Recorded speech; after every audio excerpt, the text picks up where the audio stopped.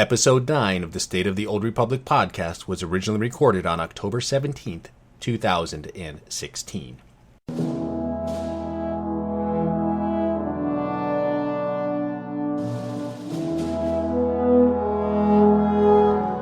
It's the State of the Old Republic podcast.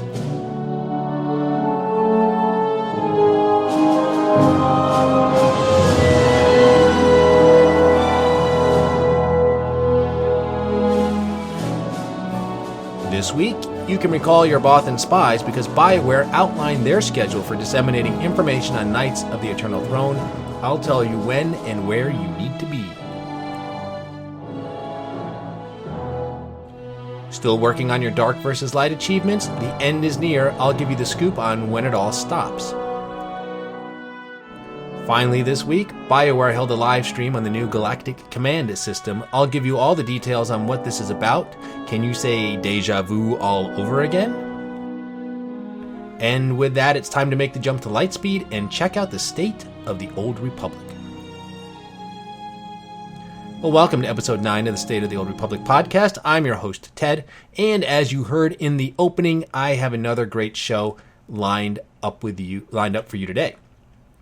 And it's always a fine line between news and announcement, so let's just slice the HoloNet and go over the news this week. First off, the Dark vs. Light event will end on November 29th. However, the companion reward, right, Master Ranos and Darth Hexig, that will be decided on November 15th. So the light side continues to kick butt. So if you have your heart set on the dark side companion, you have got work to do. I'm actually close to getting Eternal level on a second server, and I'm kind of excited about that. The announcement for Knights of the Eternal Throne kind of got me jazzed up a little bit. I sort of took the month of September off, and then after that announcement stuff last week, I went in and just kind of picked up where I left off on this brand new server, and I am now close to reaching the Eternal level. So happy about that. So I'll have a couple of servers where I can kind of find things to do. So very, very happy about that. BioWare held a live stream focusing on the new Galactic Command System, and this was actually earlier today. As I said, I'm recording this on October 17th. So I'll get into that system in a moment, but they also outlined their schedule for covering the rest of the features. So as I said, the Bothan spies can rest easy now because the information is forthcoming. And by the way, I really like these live streams. I mean, the Cantina tours are cool, but they are not great for getting information out to the player base. I mean, nothing is streamed, and you're relying on tweets from other people there to get your information, and it may or may not be accurate. I mean, don't get me wrong, they are great fun. Cantina tours are great fun. I've been to one. And if you ever get an opportunity to go to one, you absolutely should. And I mean, because here's what it's like. So let's say, for example, you're unhappy with the game. So you show up like Anderson Cooper from CNN/60 Minutes, and you're prepared to ask all of these tough questions. And then you grab a drink, and you look around, and you're like, hey, is that Darian DePaul, the voice of Valkorion? Oh my God, it's him. And the next thing you know, you're taking pictures, you're hugging it out, and you're like, SWTOR is the greatest game ever. And then you go home and you drop $100 on the cartel market. And that's what Cantina tours are all about. Good for bonding and having fun. Not so great for news and information. But back to the live stream. Here is the schedule of upcoming live streams for Knights of the Eternal Throne. So on October 20th, they're going to cover the Dark vs. Light system. And by the way, this is completely different than the Dark vs. Light event that's going on and ending soon. This is a brand new system for Knights of the Eternal Throne. On October 27th, they're going to cover Uprisings. These are the new Flashpoint type activities that you can do. On November the 3rd, they're going to go over combat and class changes. And what they said about this was each class is probably going to get a couple of new abilities and some new utilities. So no one, as far as I know, I haven't really reviewed the data mine stuff, but I don't think anyone's getting a major overhaul. That doesn't mean your class isn't getting nerfed and something's changing, but the idea is just to make it feel like you're getting a little bit of something new, but not to make you feel like completely different from what you're used to. On November 10th, they're going to go over repeatable chapters and difficulty levels. on November 17th. They're going to cover the new planets and story insights. This is with Charles Boyd. And by the way, they said they're introducing 2 new planets with Knights of the Eternal Throne. One is completely new to the Star Wars universe as a whole. And they said the second one is new to SWTOR, but not necessarily new. It's something we may have heard of. And I believe, what did Charles say? We may or may not have seen this somewhere recently without actually knowing it. So, in other words, one of these planets was actually featured in the cinematic. That's the only place we've seen something that was something new, right? So that's what that has to mean. So I guess probably at the end there, right, where you saw Valen and Senya facing off, that was probably on one of these new planets. So there you go. This is exact quote. You may have seen it without realizing it. So it has to be from the cinematic. Very, very cool. The next thing I wanted to remind everybody about was the promotions they have going on, which is, say, if you are subscribed to the game on by October 25th, you will get the Shea Vizsla Companion. If you are subscribed to the game by November 27th, you will get this new Rapid Recon Walker, which is a mount. And then if you are subscribed from October 25th through November 27th, you will get early access to the game on November the 29th, which means you'll be the first person to get in there and dive in and go through the story and all that. And remember that Knights of the Eternal Throne, they're getting 5 new levels up to level 70. They are introducing a token to the game. Now remember, Knights of the Fallen Empire, they had the level 60 token. Well, in Knights of the Eternal Throne, they're going to have a single token, but you are going to get the choice where you can either start at level 60 and play through Knights of the Fallen Empire, or you can start at level 65 and play through Knights of the Eternal Throne. So not 2 new tokens, but a one single brand new token that will allow you to choose where you want to begin your story. So nice idea. I kind of like that. So that is all the news that I have for this week. Now I want to cover some of the details on the Galactic Command System. And like I said, they did a live stream. BioWare did a live stream to reveal some details. And they also posted a blog over on the official site over at SWTOR.com outlining the Galactic Command System. So this is pretty cool stuff. I'm going to say, I don't know what the reaction is going to be. I'm guessing the reaction for this is going to be mixed, because as I hinted in the introduction, I referred to it as deja vu all over again. And the reason I said that is because the Galactic Command is a system. It is not an activity per se, right? And so when these games come about, and when they release expansions and they introduce new features, they kind of come in 2 varieties. One are these systems, which Galactic Command is one of them. And then there's activities. So activities are things like Uprisings or the Knights of the Eternal Throne story. Those are some of the new activities that you will be partaking in. And partaking in those activities will contribute towards your Galactic Command System. So it is a system.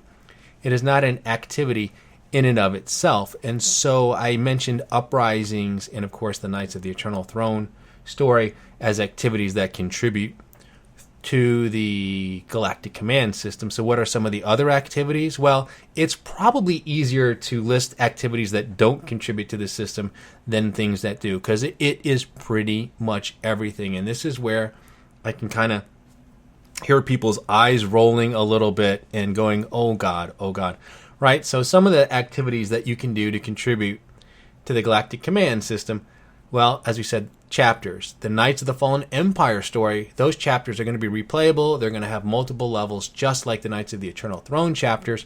So participating in those chapters, you will earn points for your Galactic Command System. Doing your dailies and heroics, the heroics, right, the weekly heroics, the planetary heroics, those will contribute to the Galactic Command System. So you'll be doing those heroics. The dailies, the quests, right, on Yavin 4, on Ziost, on Oricon, where else? Section X, the black hole. Yep, you're going to want to go back and replay all of those things, because you will earn points towards those. Flash points, doing those in solo modes, doing them in tactical modes. I think hard modes are also going to contribute as well, but all the flash points that exist in the game are activities that you can participate in that will count towards your Galactic Command System. War Zones, Galactic Starfighter, and operations as well. Story mode, hard mode operations as well. So how does this system work? Well, there's actually going to be an interface, a whole UI. And this is actually kind of a neat thing. I believe they said you go in there and you hit Control G. Of course, they'll have an icon on that little bar with all the icons. And it's going to open up an interface, and you will see all the activities that you can do for your Galactic Command. And you basically go click on something. Let's say you want to click on do a flashpoint. So I'm going to do a solo flashpoint. You click on that, and I assume you can select the flashpoint maybe that you want to do, and it will, boom, take you right there. Same, you'll be able to choose your heroics and things right there. Click on the chapters icon, and you'll be able to choose, oh, you know what, I want to go do Profit and Plunder. And you're going to choose that chapter from Knights of the Fallen Empire, and boom, it'll probably allow you to go ahead and start playing that activity right then and there. And same with operations. Oh, you know what? I'm going to do Eternity Vault story mode, and you can just queue for it right from this one interface. Pretty cool. And Galactic Command, they said, offers like 3 difficulty modes of story, veteran, and master, which is kind of interesting. So it says that most of the combat missions, if your chosen mission offers the ability to choose your level of difficulty, you will see a toggle, so you can access the set and to set your chosen difficulty. And I think the exception here is operations, which you can only play in story mode when accessed through the Galactic Command interface. However, you can still access them normally in veteran and master difficulty. So they're kind of renaming their difficulty levels here, but most of these activities, I guess, are going to have difficulty levels tied to them. Now, the system itself is going to have a rank, right? You're going to, and this is the big thing. It's a points system, right?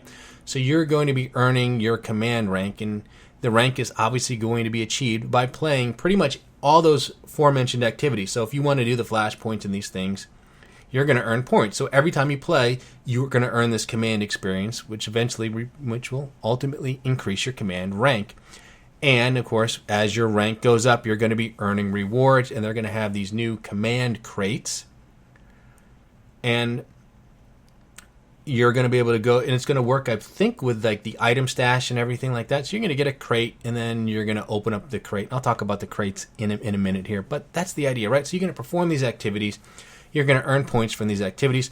The harder the activity, the more difficult the activity, the more points that you're going to earn, right? So obviously, if you do a hard mode flashpoint, it's going to hopefully earn you more points than doing a solo mode flashpoint. Uprisings, I would hope that Uprisings, doing them as with a group of 4, is going to earn you more points than doing them by yourself, and that I hope that was earn you a lot of points because it's newer content, right? You'd like to steer people towards doing the newer things.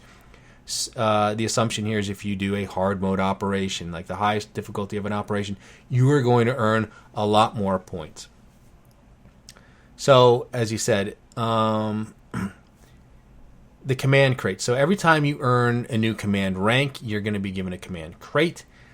And the command crates, what they said, will now be the primary method. And this is important. This will be the primary method through which players with max level characters can continue to increase the level of their gear. As a result, you can now gear your character by playing virtually any activity in the game. Okay, so to understand exactly what this means, Eric Musko actually took to the forums after doing the live stream and answered a whole bunch of questions regarding the Galactic Command System and the crates and the idea of endgame gearing in Knights of the Eternal Throne. So here's what he had to say. So once you hit level 70, the source of endgame gear will be command crates from Galactic Command. Most activities in the game will earn command experience points, which will earn you command ranks. Each time your command rank increases, of course, you will earn a command crate. The higher your command rank, the better the gear that will drop from your command crates. The highest difficulty operations and uprisings, along with ranked war zones, are intended to be the fastest way to earn command XP. This means they are the fastest way to get the best gear. Both PvP and PvE gear will come from command crates. Their gear is now shared as expertise is being removed And I think he did a separate thread on expertise, but the expertise stat is being removed from the game. And I think he talked briefly about what will happen with those expertise crystals. I don't know what kind of stat they're getting. I think they're going to get mastery, actually. I think they will become mastery crystals. So, there you go. Time to go. I don't know, again, how good mastery will be relative to, say, crit or power, but might want to stock up on some of those old Warzone crystals now because they tend to be cheaper.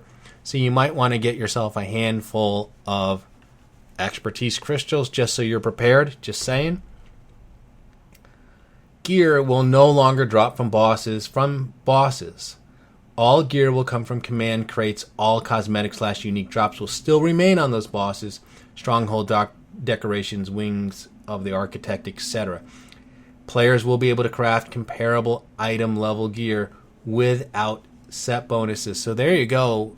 This is it. No more gear from bosses anywhere. You're just going to get, I think, some, and which means the crystals and I think the commendation stuff's going to disappear as well too. Very interesting to see that the Galactic Command System is the end game, and whether you're doing operations at the highest level or whether you're just sitting there doing your solo stuff, everyone ultimately will be able to get access to the same type of gear. What will be different is the speed and the rate at which you gain access to that gear. So the harder the stuff that you do, the faster you will get there and the faster you will earn it. A couple other things to note here. So the Galactic Command, there is going to be a cap, right? I think there is going to be a level cap. I think the data mine information has it at level 100, but it has not been stated. But just as an example, there is going to be a cap. However, what they did say there, so the question is, hey, wait a minute, if I have maxed out my Galactic Command, but I had very poor RNG with my command crates, and I didn't get that one item that I needed, am I going to be able to still, how am I going to get it? Because it's not dropping from bosses.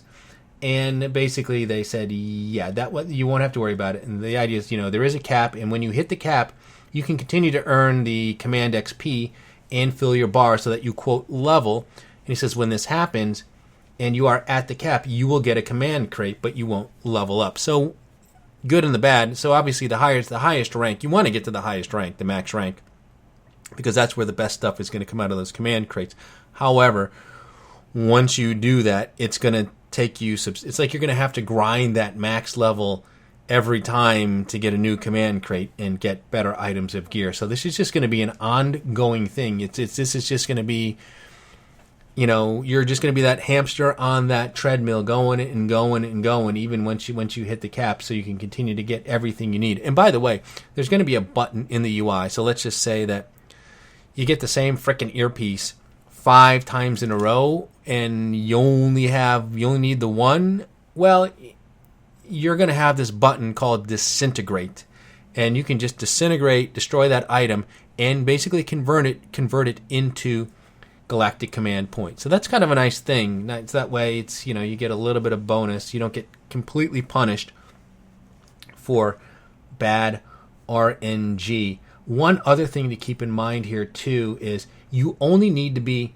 level 70 to access the Galactic Command. You do not have to finish the Knights of the Eternal Throne story. So just something to think about, right? Because there are lots of ways to get to level 70, and this is interesting, right? So you might not want to jump into the Knights of the Eternal Throne story right away. You might want to go do some things and get to level 70. And the nice thing about that, there's lots of things you can do, right? Because such as like those solo flashpoints. You might want to just go run a bunch of solo flashpoints since it's repeatable. You probably don't want to do your dailies, and you probably don't want to do those weekly heroics because they're weekly.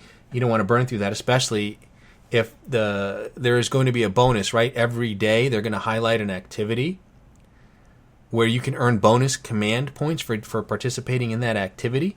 So let's just say on day 1, November 29th, early access, they say, hey, dailies and weekly heroics. Okay, you might want to just jump into this Galactic Command System right away, which means you might want to do some solo flashpoints and use that as a way to level up to level 70, the Black Talon and things like that, because you can earn XP for your level the way the game is designed now. And furthermore, you might want to take that Victorious Pioneers armor set that you have, right, and do some low-level content and just put in some basic mods and things in there. You don't have to rip out your expensive ones to do that. You can just put in some basic ones because you're getting squished down anyway, and you can use that to get your giant XP bonus on top of your guild XP and get all these XP boosts and just run through that and get to level 70 right away, and boom, start participating in the Galactic Command System ASAP, and then you can do the Knights of the Eternal Throne system game story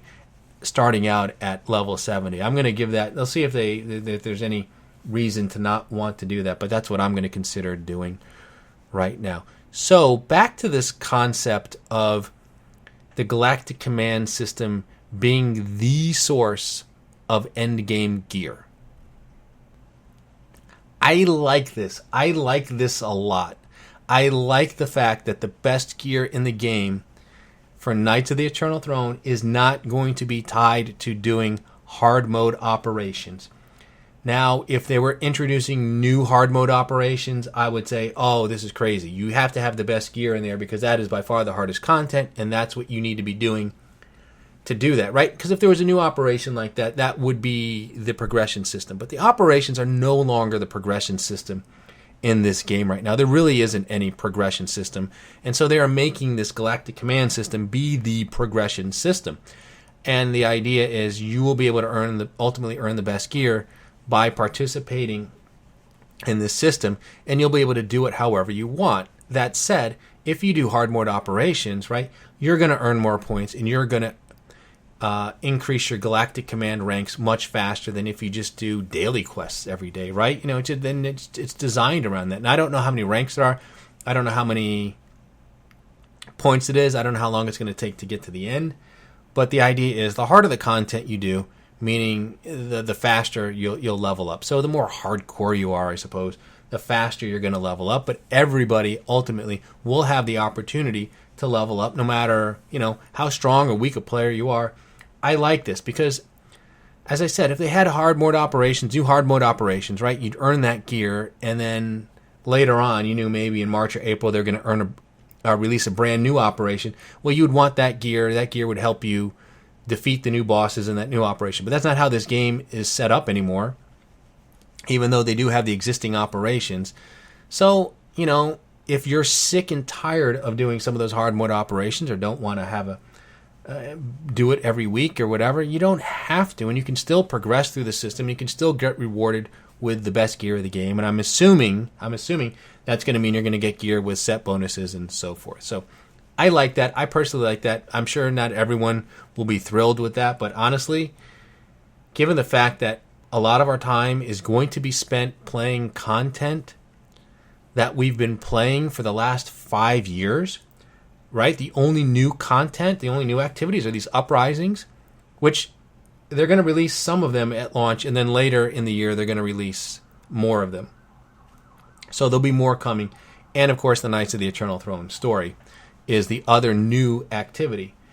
But that said, that's how these games work, right? And so I guess whether or not you like this system, a lot is going to have to do with whether or not you are just sick and tired of replaying this game. If you are tired of doing those daily quests, if you are tired of doing those weekly heroics, if you are tired of running these same flashpoints, if you are tired of running these same operations, well, maybe this just isn't the game for you anymore, because that's what this game has come down to. They have designed it such that everything they build will remain relevant at max level, towards the end game. And this is sort of the new end game. This Galactic Command is the new end game. And it's going to allow you to kind of gear up and do everything that you could do by however you want to play it, by choosing, the activities that you're most interested in doing to play the game. So I understand why someone might not like it, because it's requiring you to some degree to replay all of this stuff over again. And we just had this Dark versus Light event that's ending, where you were leveling up new characters, where you were going through these flashpoints, war zones, and all this stuff, right? So a lot of you have probably played this to death. In fact, if you're done with the Dark versus Light and you've played through the Knights of the Fallen Empire storyline, you might want to take a break. This would not be the worst time in the world to kind of step away and take a break so that some of these things will feel somewhat fresh. And some of it's going to feel fresh, at least for me. I haven't done the Black Hole or Section X in a long time. It's probably been a while since I've run any of those. So it won't quite feel so bad if I go back in there and do those again. But some of this other stuff I feel like I've kind of played to death. But if you enjoy it still, then this is a fine system. You know, I'll probably spend most of my time replaying the Knights of the Eternal Throne story, picking out chapters that I like in Knights of the Fallen Empire, as well as, well, I don't know. Did I mention the Uprising? Doing the Uprising. So I'll try and focus on the newer stuff more than the older stuff, but that's it. Back to the command crates real quick. And they're going to be able to contain multiple items, so you'll get companion gifts, cosmetic weapons, armor, mounts, pets, and as I said, the most powerful gear in the game. And as your command rank increases, so does the level of the gear. It's also going to contribute to this dark versus light, and they didn't really cover this much in the live stream, but on their blog they did talk about the dark versus light side battles. And I'm just going to read this a little bit here. It says, starting with Knights of the Eternal Throne, players will be able to choose whether they are fighting for the dark or light side of the Force. Upon doing so you're going to have to, I guess you're going to have to make some sort of declaration, right? Oh, I'm for the light, I'm for the dark, whatever. All of your actions, including killing elite enemies, completing missions, making story choices, will contribute to the ongoing dark versus light side war on each server. So this is a server activity. And, you know, these dark and light side choices, they're going to influence the balance of the two sides of the Force on each server and reflected on the dark versus light side meter. So there's going to be a meter that's part of the Galactic Command interface. And as one side begins to dominate, players will begin to see the impact all around them.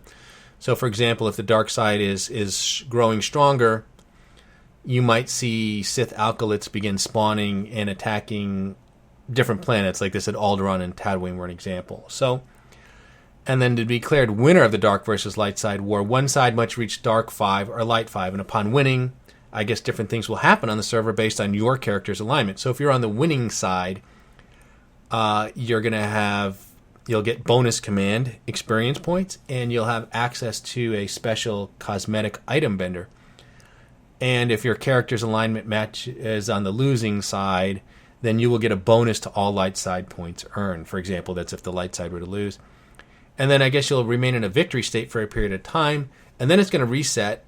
However, the losing side will then be given an advantage to try and swing this thing back and forth. So that's all they had to say. Like I said, there's going to be another live stream on October the 20th to cover this system, but that adds another wrinkle, I guess, to the to the whole Galactic Command System. So yeah, it's coming. Like I said, it's a system. It's not an activity. And the fact that we can get the gear out of it, I kind of like that they went to that choice and made this sort of the end game system. So I like that decision most of all. That probably made me a little bit happier about the system than anything else.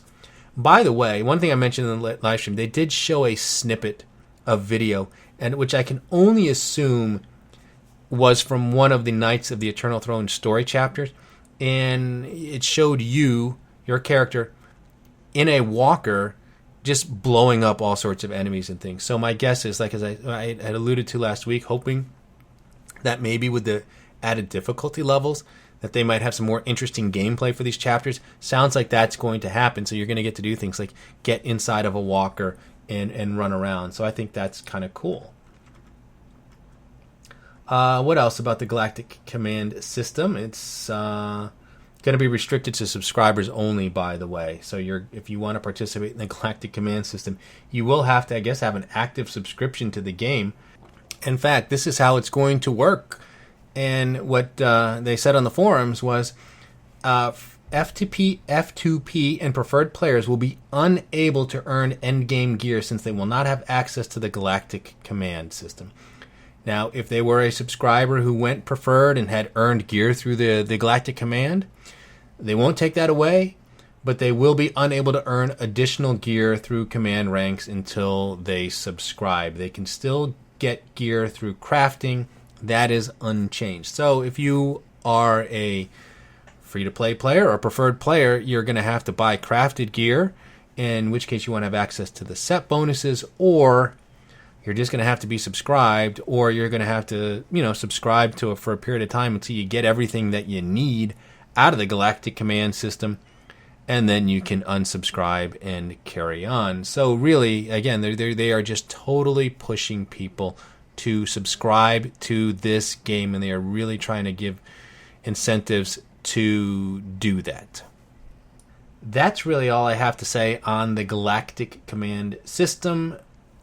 Take it for what it's worth. That is just the nature of the game now, where, as I said, everything that they add to the game, whether it's new or old, seems to be like it's going to contribute towards whatever the end game is. And think about this. Look, a year ago,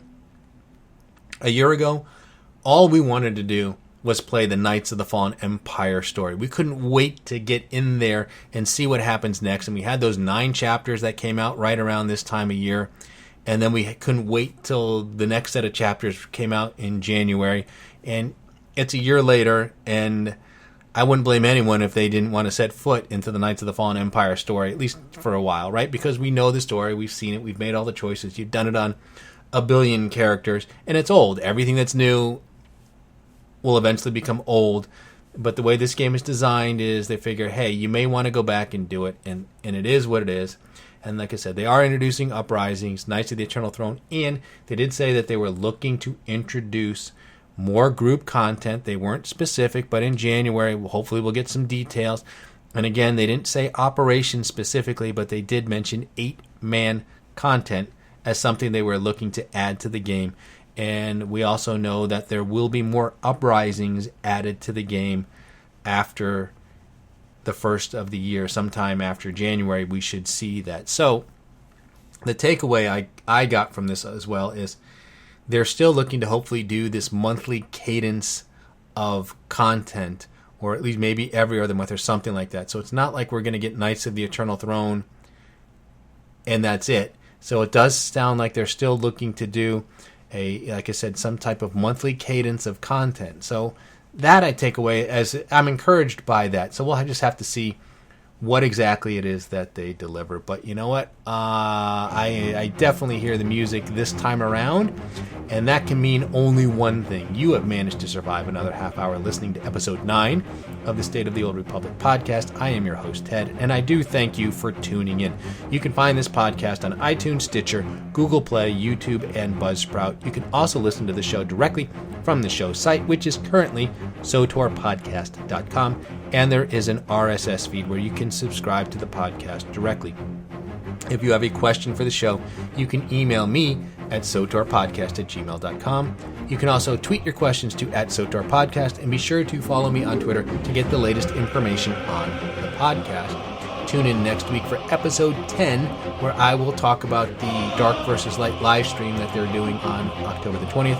And as always, remember that Sith code, cake is a lie.